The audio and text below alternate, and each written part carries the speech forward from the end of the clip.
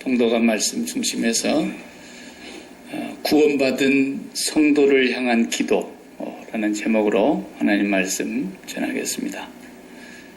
오늘 본문은 기도의 내용입니다. 처음부터 끝까지가 이 본문을 옥중에서 쓰신 사도 바울이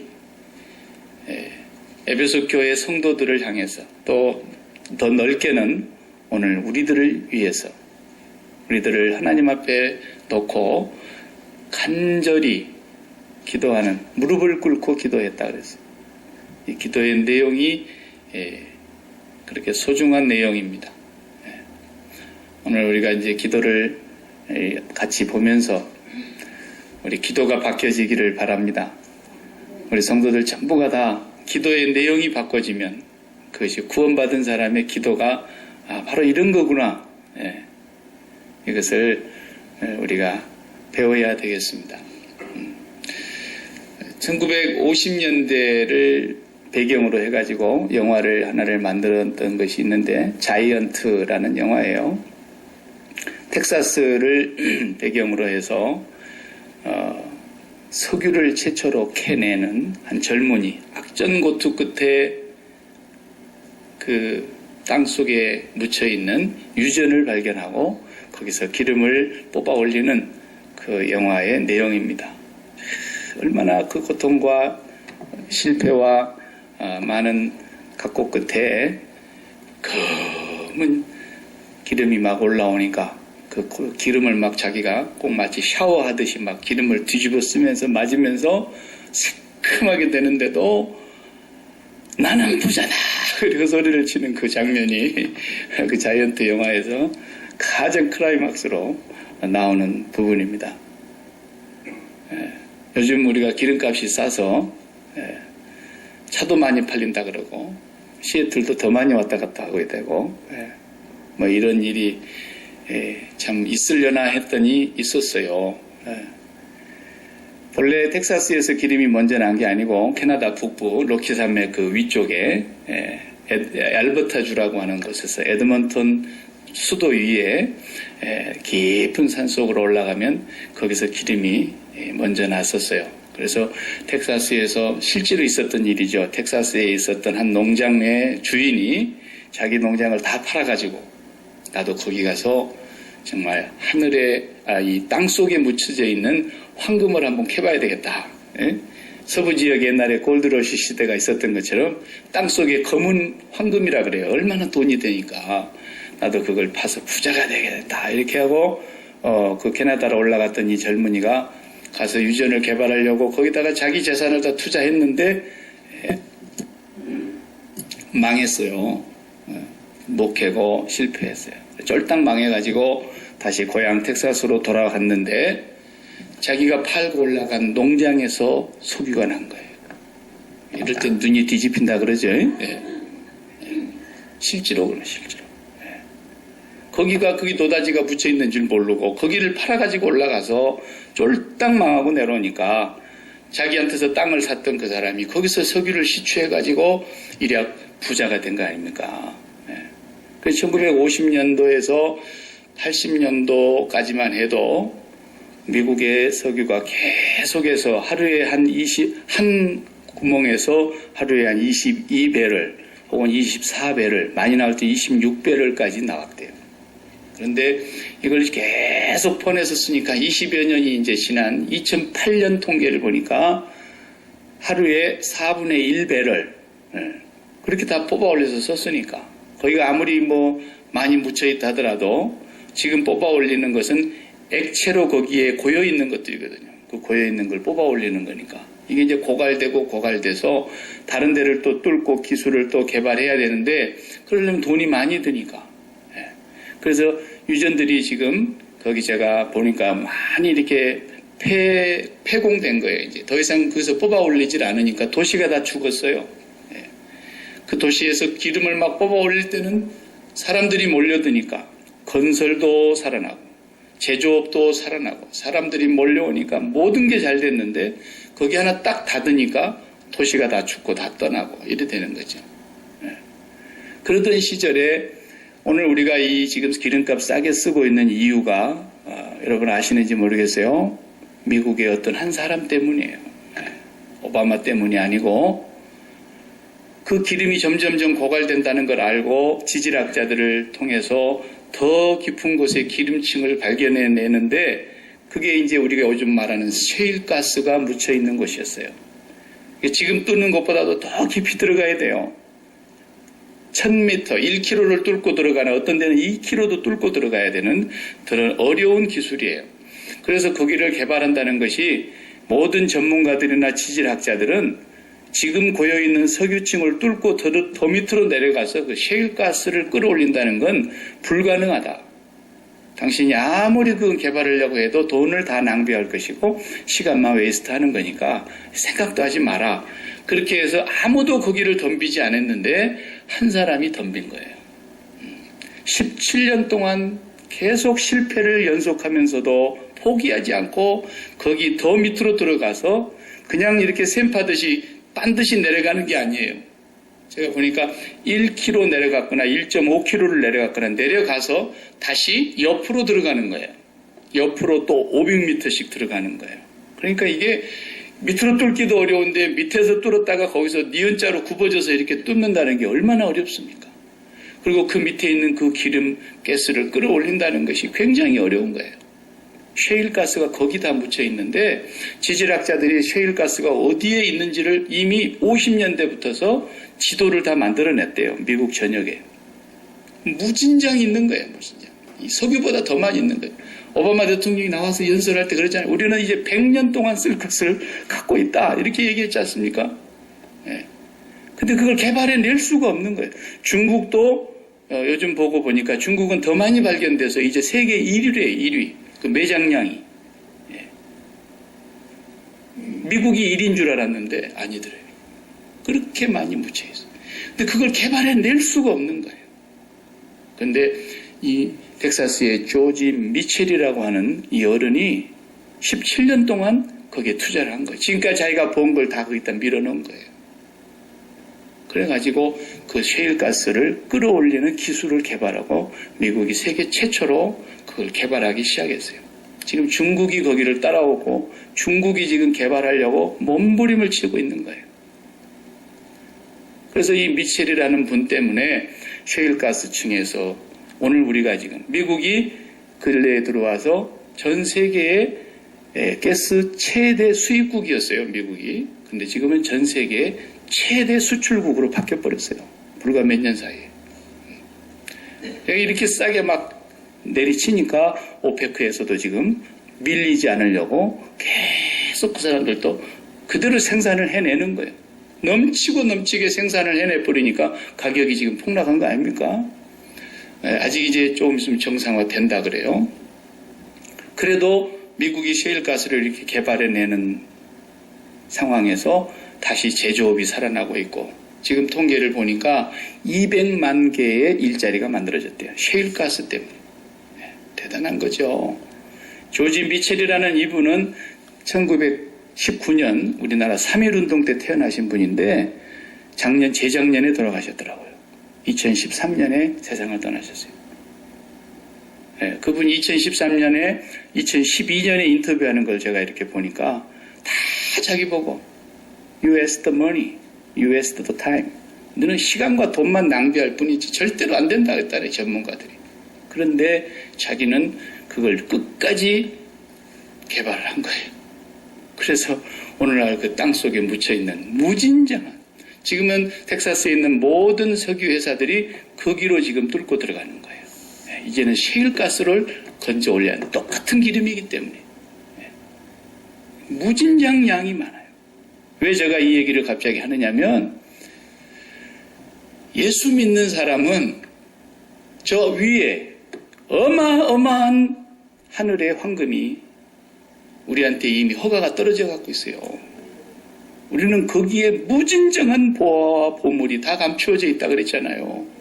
근데 우리는 그쪽을 캐서 쓰려고 생각도 안 하고 있고 계속 땅을 캐려고 하는 것이 오늘날 그리스도인들이라고 한다면 얼마나 불쌍하고 어리석냐는 거예요.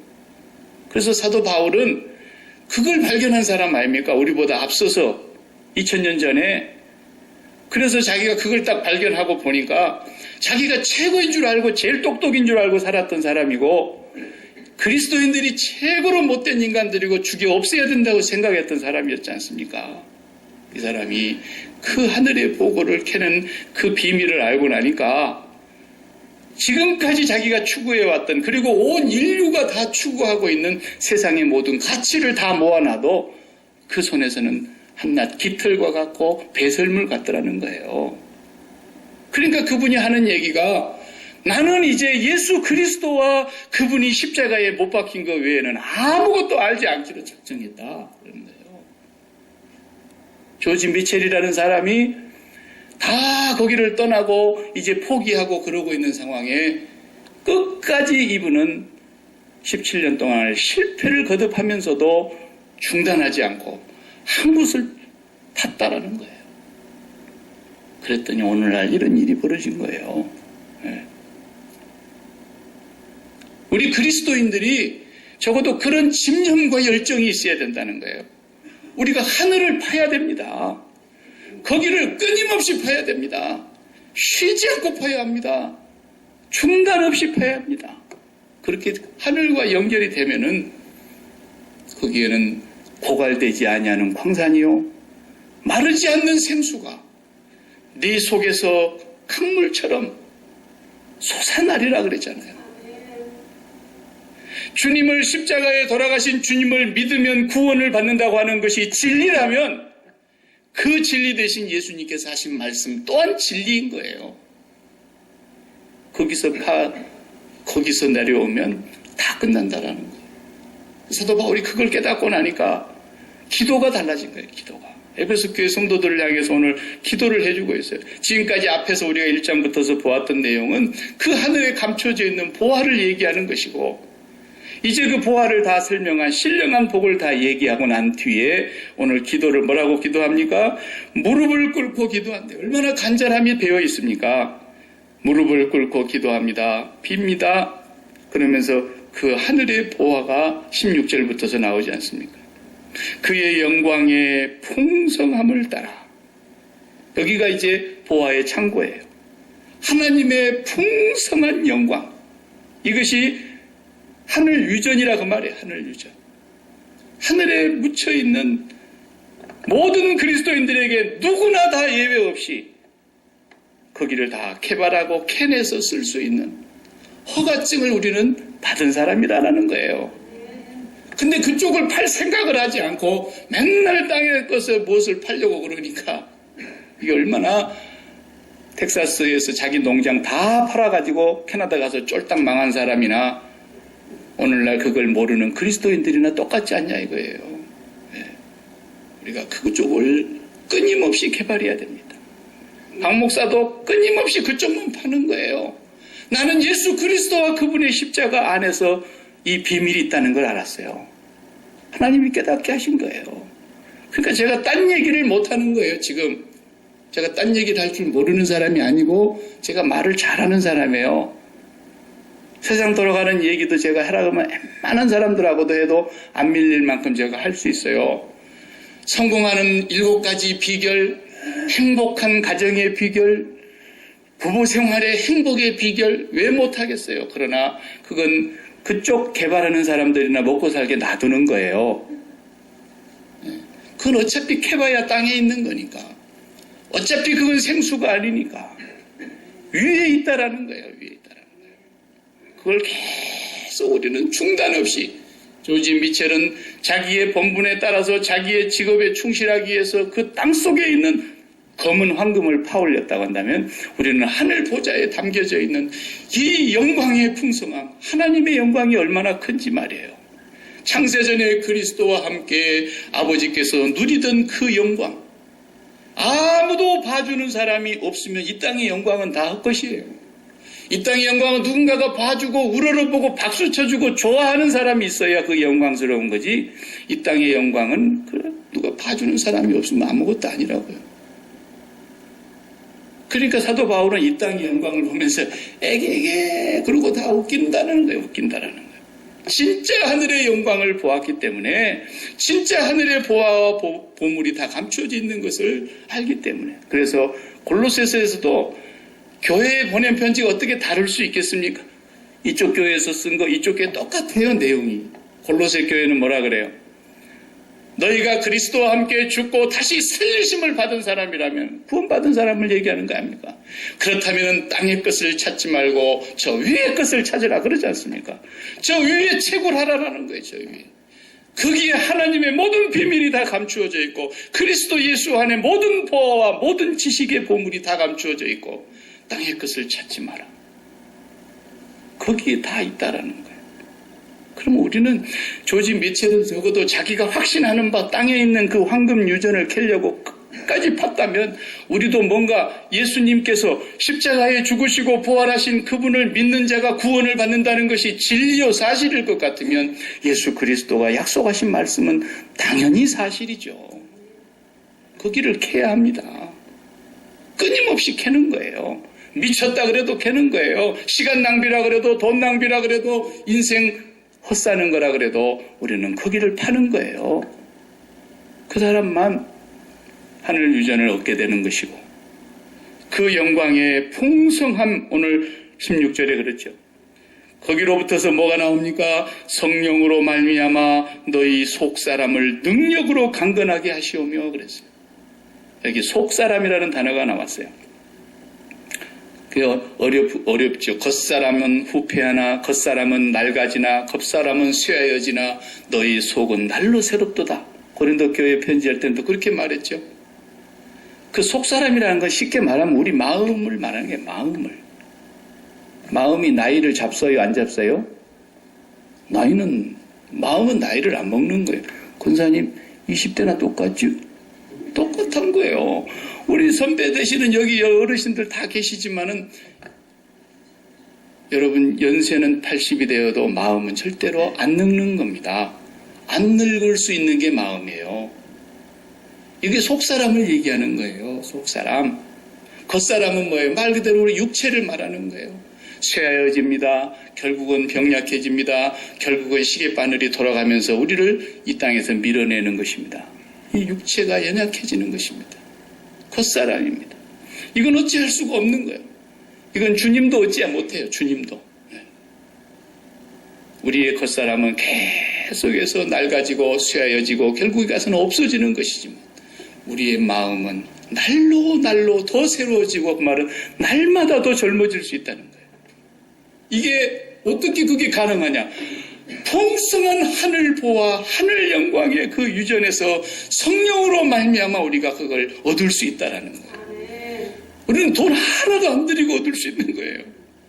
우리가 힘써서 애써서 바늘로 허벅지를 찔러가면서 고행하고 그래갖고 얻는 게 아니다라는 거예요. 너무너무 쉽다라는 거예요. 예수 그리스도께서 이미 그 유전을 다 뚫어 놓으셨기 때문에 하늘과 땅을 이어 놓으셨기 때문에 그리스도 안으로만 들어가면 그리스도에게 주신 하나님의 그 영광의 풍성함이 그리스도 안에 있는 하나님 아버지의 그 풍성한 크고 놀라운 영광이 그리스도 안에 있는 우리에게까지도 그리스도와 연합된 자들에게까지도 같이 주어지는 그러니까 공짜 아닙니까? 성경은 모든 것이 공짜라는 이유가 바로 거기서 나오는 거예요. 은혜라는 거예요. 은혜. 값없이 주어져. 근데 사람들이 그걸 안 한다는 거죠. 마귀에게 속아서 끝까지 이 세상에 무슨 유전이 묻혀 있는 줄 알고 이 세상에 무슨 가치가 있는 줄 알고 거기를 계속해서 팔려고 난리를 치는데 결국 우리는 아무리 파도 예수 안 믿는 사람만큼 못 팝니다. 예수 안 믿는 사람은 양심도 접어버리고 파고 거짓말을 해서라도 파고 남이 어떻게 내한테 방해가 되면 제거를 해버리고라도 파는 사람이 있지만 우리는 또 양심이 찔렸고 그렇게까지는 못하잖아요. 그러니 우리가 어떻게 아무리 땅의 걸 판들 세상 사람들을 이길 수가 있겠습니까? 그러니까 우리는 평생 파봐야 헛고생입니다. 저들을 못 따라가는 겁니다. 왜 그걸 파냐라는 거예요. 저 위에를 파게 되면 밑에 것은 하나님께로부터서 주어지게 되어 있는 것인데 왜 위에 걸 안 파고 밑에 걸 파고 있냐? 너희가 그리스도와 함께 다시 살리심을 입은 사람이라면 저 위에 것을 파라. 땅의 것을 생각하지 마라.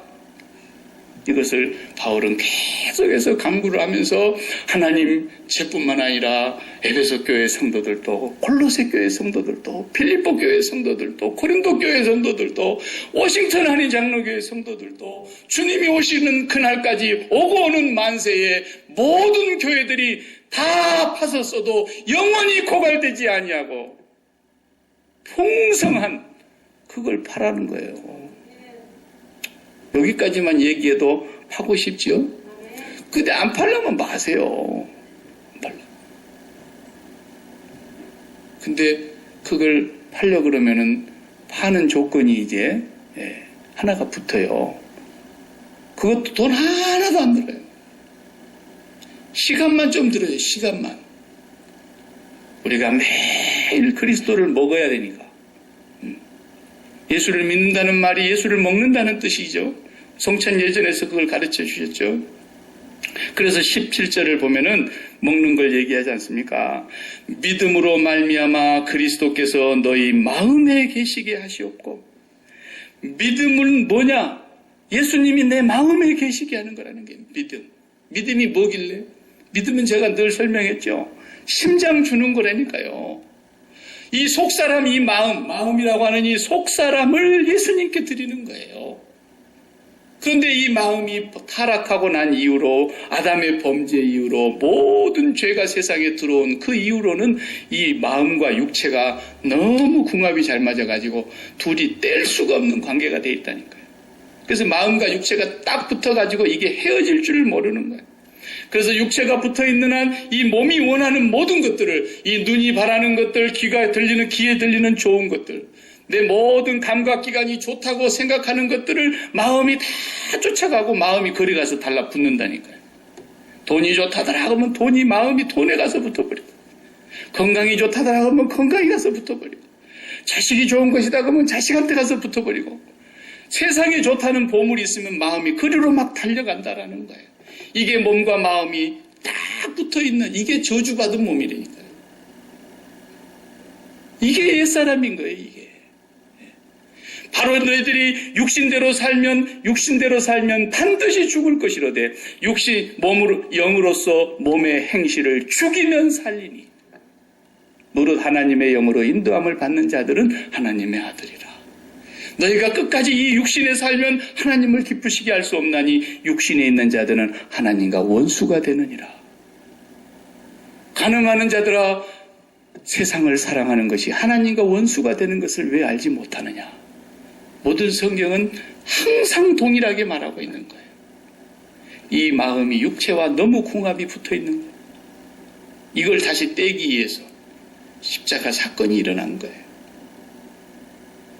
그래서 십자가에서 그리스도와 함께 연합되어 죽는 사건이 일어나야 됐고, 예수 그리스도와 함께 이 죽음이 바로 마음을 하나님께로 다시 돌려놓는 거예요. 그래서 마음과 몸이 분리되는 거예요. 분리되는 거예요. 이게 떨어져 나가야 구원이란 말이에요. 이게 떨어져 나가요. 마음이, 심장이 붙어 있는 곳이 우리가 믿는 곳입니다. 믿음으로 말미암아 그리스도께서 너희 마음에 계시게 하시옵고, 이 마음과 그리스도가 심장이 붙어야 된단 말이에요. 그리스도와 붙어야 돼요.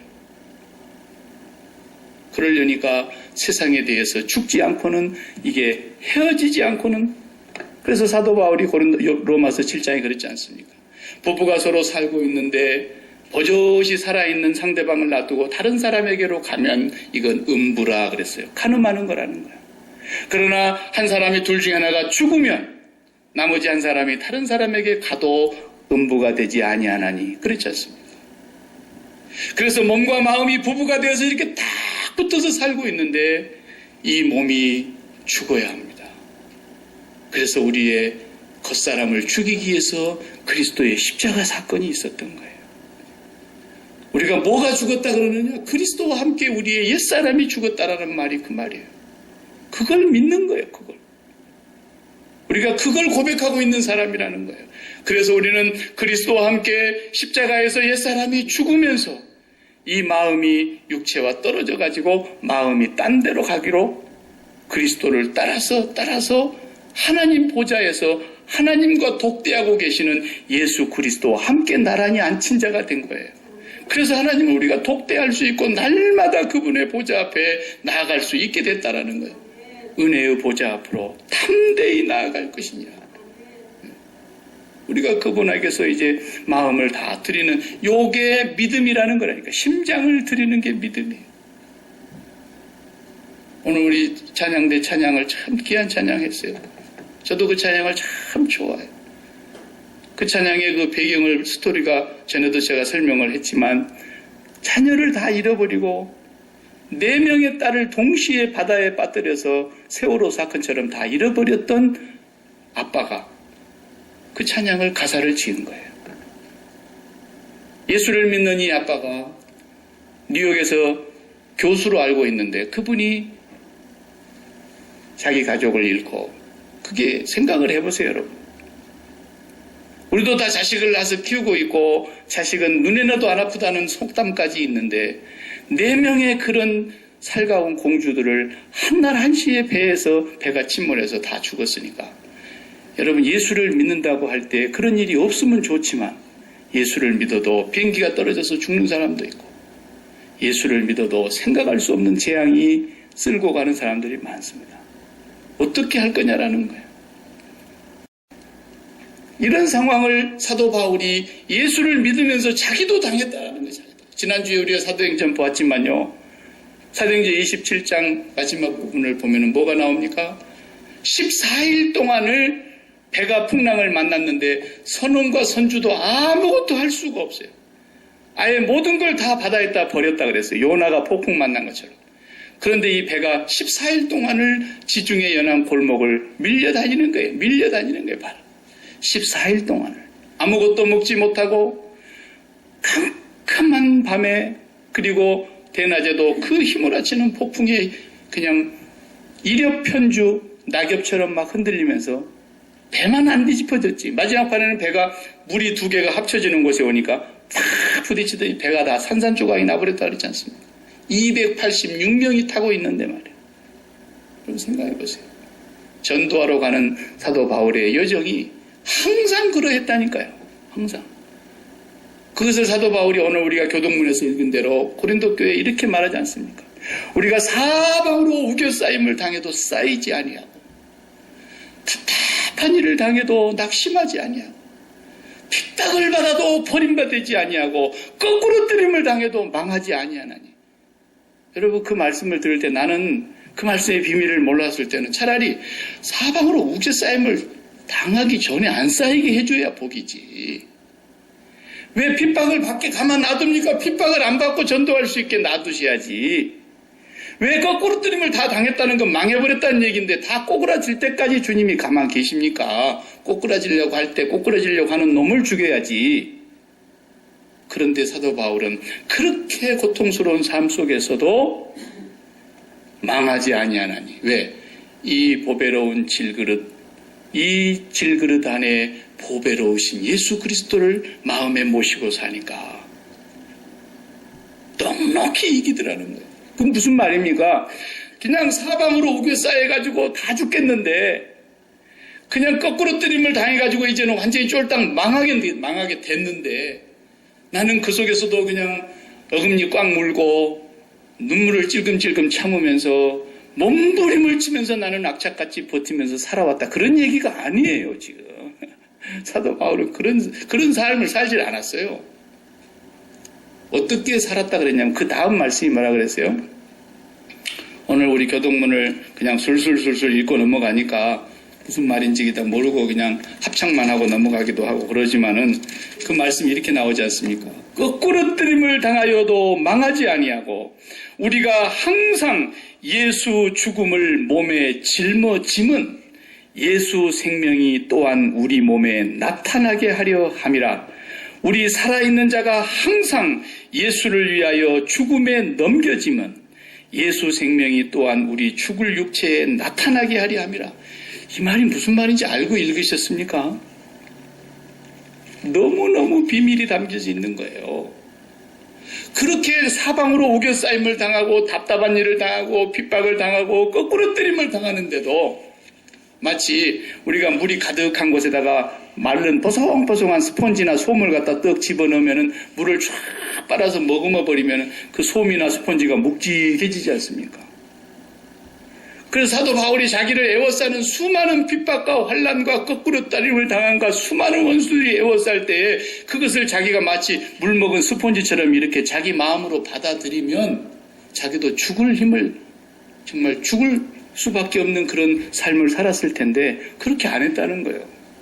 자기는 마음이 방수가 돼가지고 아무리 물에다 갖다 넣어도 물을 머금지 않는 스폰지처럼 사방으로 우겨싸고 사방으로 달려들어서 나를 죽이려고 하고 사방에서 나를 거꾸로 들여서 망하게 하려고 해도 나는 마음에서 그것이 방수가 돼가지고 받아들인 적이 없다는 거예요. 왜? 이 세상에 대하여 죽어버렸기 때문에. 이게 십자가의 능력이더라는 거예요.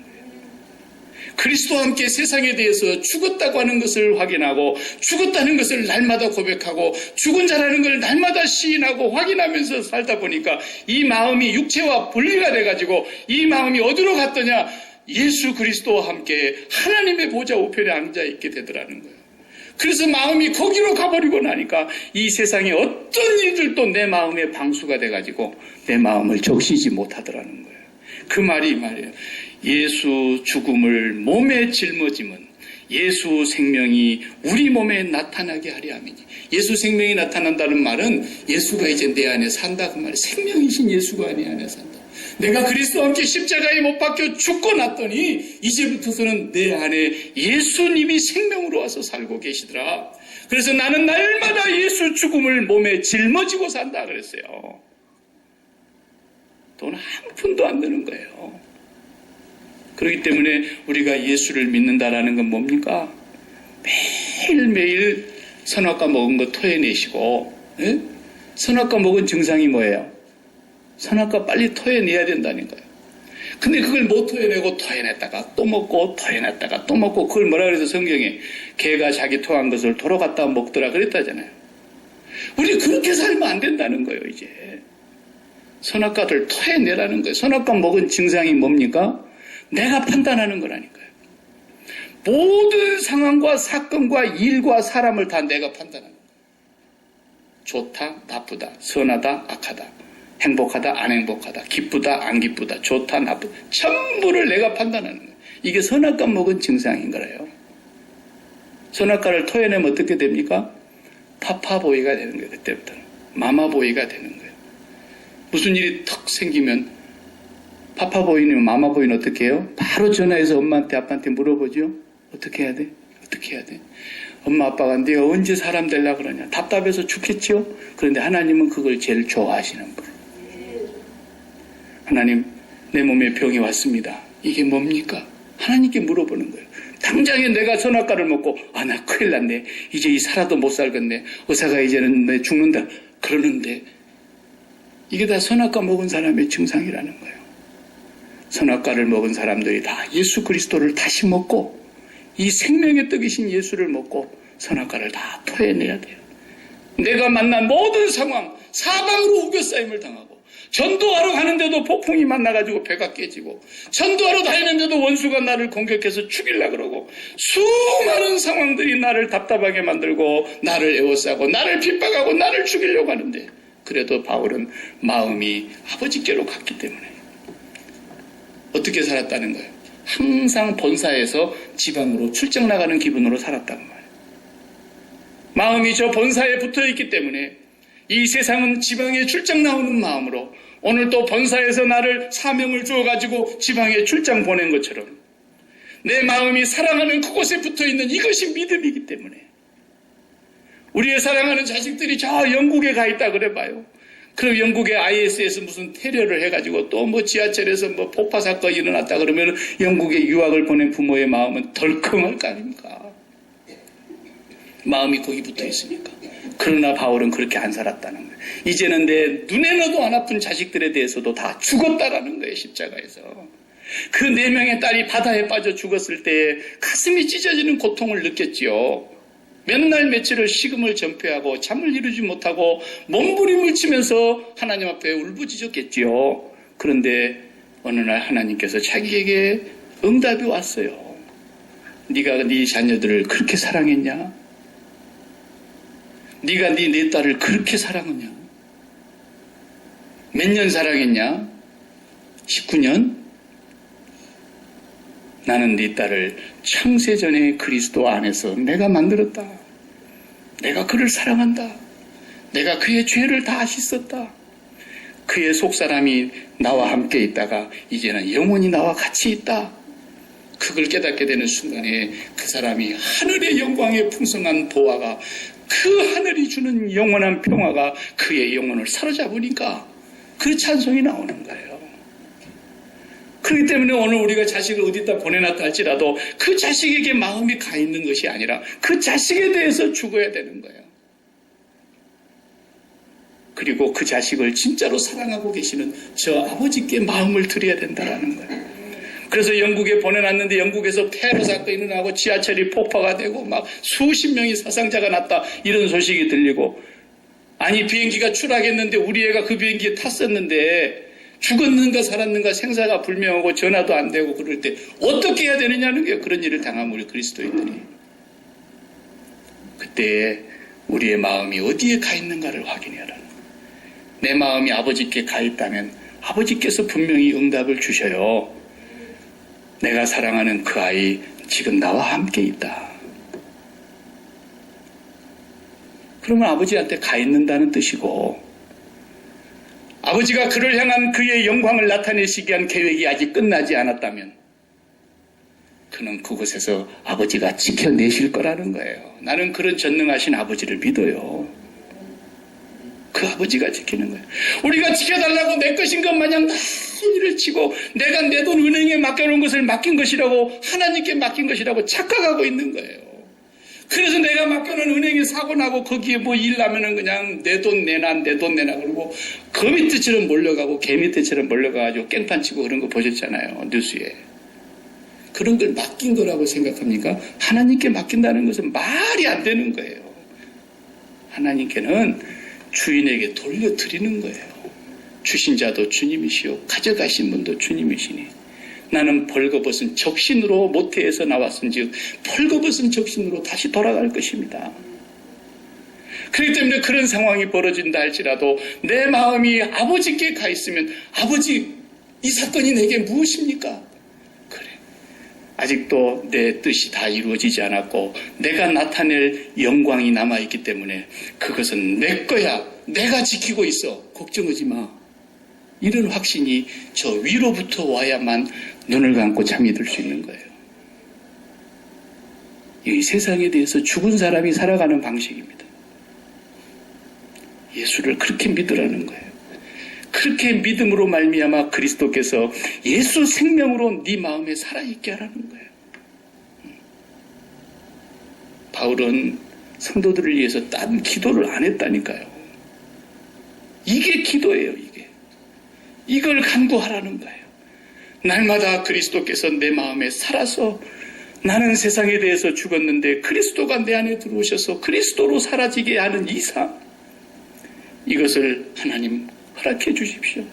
그 하늘 보고의 보물창고가 얼마나 넓은지, 얼마나 길이가 긴지, 얼마나 높고 깊은지를 깨달아 알아 그 사랑의 뿌리가 박히게 하옵시고 그랬지 않습니까? 그 사랑의 뿌리가 박혀야 되겠다는 거예요. 거기에 그 사랑을 빨아먹는 사람이 돼야 되겠다는 거예요. 그래서 마음이 그리 가면은요, 마음이 방수가 되는 거예요. 내가 그렇게 살지 못했던 때가 있었어요, 박 목사. 하나님께서 어느 날 그 은혜를 주시는데요. 마음의 방수가 무슨 말인지가 알아지더라고요. 마음의 방수.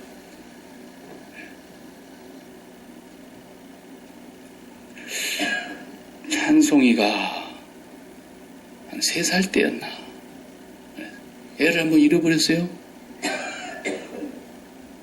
어디로 갔는지를 모르겠어요. 근데 누가 얘기를 해주는데 우리 동네에 정신이 조금 부족한 그 한 부인이 있었어요. 우리 교회를 나오는 분이었는데 그분이 자기 얘기를 업고 찬송이를 손에 붙잡고 저리 하천을 뚝을 타고 걸어가더라는 얘기를 누가 해줘요.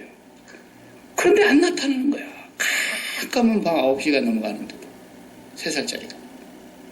그래서 뭐 혹시 저쪽 동네 아파트 동네 상황 우리 교인들이 본 적 있는가 싶어서 전화도 해보고 우리 동네 주변을 다 샅샅이 뒤져보고 안 나타나는 거예요. 깜짝 놀라죠. 애가 3살짜리가 없는데 들어와야 될 시간이 훨씬 넘었는데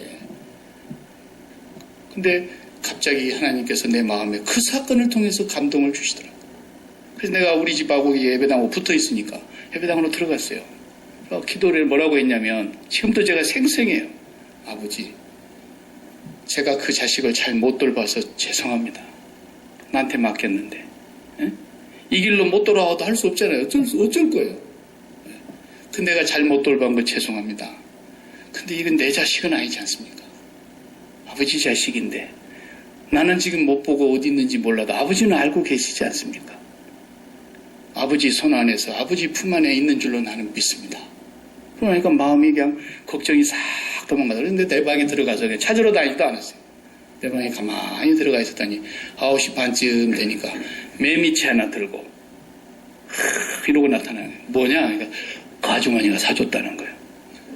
9시 반이 됐는데 정신이 좀 부족하니까 집에서 얼마나 걱정을 하고 있었건 생각을 못하고 같이 돌아다닌 거야, 그 밤을. 그렇습니다. 이게 간단한 한 가지 사건인 것 같지만 우리가 날마다 세상에 대하여 죽기만 하면 우리 마음이 몸과 분리되고 아버지께로 가게 되어 있는 거예요. 이것이 뭐냐? 미첼이 17년 동안 실패하지 않고 판 거예요. 실패를 거듭해도 계속 파는 거예요. 끝까지 파는 거예요. 지금까지는 내가 돈에다가 마음을 줘서 돈에 사고가 나면 그냥 속이 뒤집어지고 그냥 그렇게 되고 피가 거꾸로 솟는 것처럼 그랬는데 돈 문제에 대하여 내가 완전히 죽고 이제 이 주인은 아버지입니다. 망하게 할 것이면 아버지가 망하게 할 것이고 망하게 하시는 분이 아버지시라면 다시 살아나게 하는 방법도 아버지가 알고 계실 거 아닙니까? 그것을 우리는 날마다 믿는 거예요. 이것이 하늘 유전을 파는 겁니다. 그래서 사도 바울은 나는 날마다 죽노라 그랬어요. 매일 죽지 않고는 살 수가 없는 거예요. 생각을 해보세요. 이렇게 죽이려고 자기를 죽이지 않고는 밥을 먹지 않고 물도 마시지 않겠다는 40여 명의 결사대가 조직이 돼가지고 바울의 뒤를 계속 추적하고 다니는데 이거 살 노릇입니까? 그러니까 이 사람은 가는 데마다 신변을 보호하려고 교인들이 난리를 쳤지만 나는 내게 맡기신 주 예수께로부터 받은 사명, 그 은혜의 복음 증거함을 마치기까지는 내 생명을 조금도 귀한 것으로 여기지 아니하노라. 이 말은 뒤집어 얘기하면 무슨 얘기냐면 그분이 나를 통해서 그분의 영광을 나타내시는 이 하늘의 영광의 복음을 증거하는 일이 다 이루어지기까지는 그분이 나를 책임져. 그 일이 끝나면 내가 아무리 살려고 발버둥치고 온 세계가 나를 지키겠다고 나를 감싸고 에워싸도 아버지가 불러가시려고 하면 가는 거예요. 이것이 세상에 대하여 죽은 사람만이 가질 수 있는 하늘의 무궁무진한 보화라는 거예요.